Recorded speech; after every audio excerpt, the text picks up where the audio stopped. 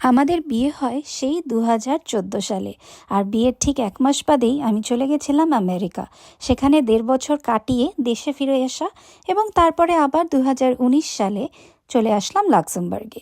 আমরা মোটামুটি কোনো জায়গাতেই 5 বছরের বেশি থাকতে পারি না, সেই বাড়িই হোক, দেশই হোক, শহরই হোক, কোথাও না। 2022 সালে আমার মেয়ে হয় এখানে, আর এখন ও স্কুলের পার্কে একটু খেলছে।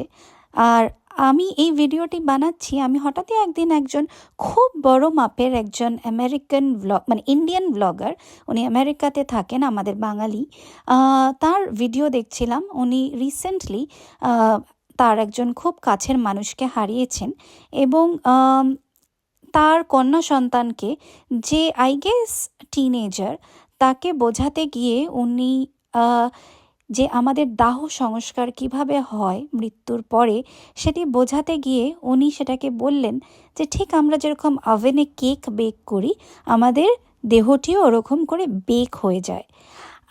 আমি এটা শুনে কিছুক্ষণ স্তম্ভিত ছিলাম, কারণ আমিও তো একটি সন্তান দেশের বাইরে মানুষ করছি এবং আমাদেরও এরকম পরিস্থিতি আসবে যখন আমার মেয়েকেও আমাকে বোঝাতে হবে যে কিভাবে একজন আমরা আপনজনকে হারাই এবং তারপরে কি হয়।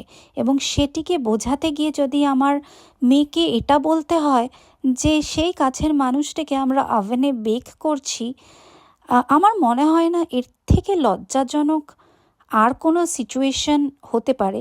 কারণ যতটা আমরা তাদেরকে ঠিকভাবে বোঝাতে পারবো, ওরা কিন্তু সেটা বুঝবে।